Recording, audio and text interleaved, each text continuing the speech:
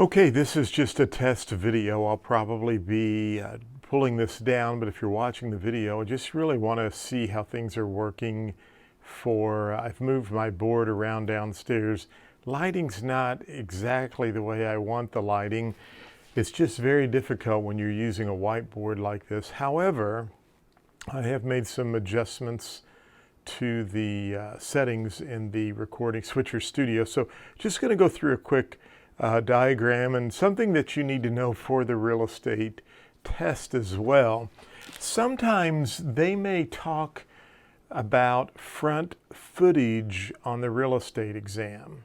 And front footage, I want you to understand, is if you had a lot that was 90 by 200 deep, your front footage is always going to be this specific piece that's on the main street. So in this case, 90 foot would be our front footage.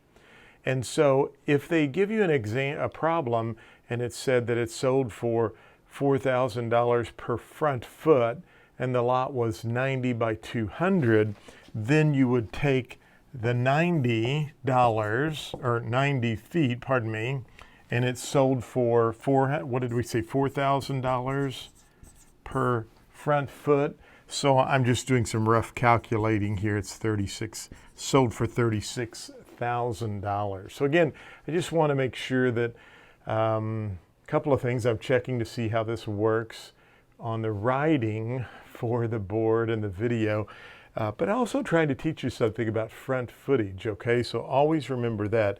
Front foot is that first number they're going to give you in the equation, and a lot of times they may they may tell you that the property sold for a certain amount per front foot. And so you just take the 90 feet times the 4,000 per front foot, and that's what the property sold for.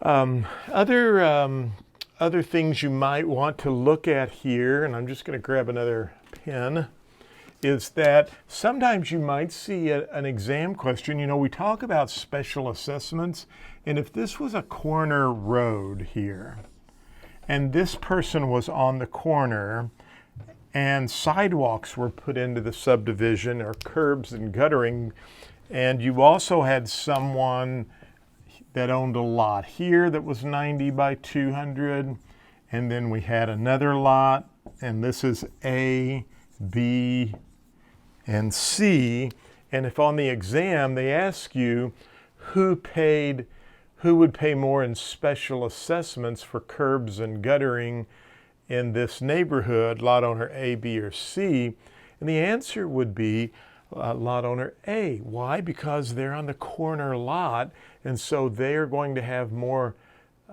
curb and guttering or more sidewalk as far as their special assessments. So you could see a question regarding that. Just understand, if someone has more benefit for curbs and guttering and sidewalk, they would pay more in special assessments versus the people in the middle. Now, one other important test question you need to know is that special assessments is a tax.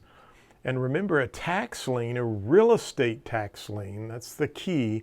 A real estate tax lien takes top priority over other liens. So don't forget that, okay? So we covered, in doing a quick lighting test, and I hope this works okay. Sometimes I like to use the whiteboard, and we'll work on this, try to work on this a little bit more. In the daytime, I have some sunlight coming in, and I think I'll be able to do a much better job in recording some of my math videos here. But hopefully you can read this, and hopefully you picked up a couple of interesting things today about front foot, about special assessments and the person that's on the corner lot that's going to benefit the most, and special assessments or real estate tax liens, and real estate tax liens take top priority at a tax sale. One last thing, and I talked about this last night, is if a developer developed this subdivision and they were going to give the streets to the local government and perhaps the real estate for the sidewalks, what is that called? Good. I heard somebody out there say that. That's called dedication. That is when the developer, the private owner, gives private property, the developer gives private property to the government for things such as streets and curbs and guttering and sidewalks. That's called dedication. Okay, well, again, it was more of a lighting test than anything, and but I've tried to cover some topics that you might see on the exam. And guess what? I'm 2 for 2. I'm using a new little app on my phone called Streaks, and it tracks things you want to do each and every day. So I can check this off that I'm 2 days in a row on YouTube for Streaks. So anyway, hey, as always, thanks for watching the video. Be sure and go out to our website, globalrealestateschool.com. We are on Instagram. We are on Facebook. We have an Amazon Echo app, or an Amazon skill, I should say. It's not really an app, but we're on Amazon.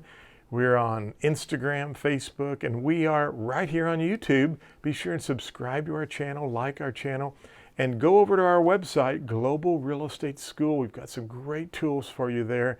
As always, thanks for watching the video. I hope you have a great day. Talk to you soon.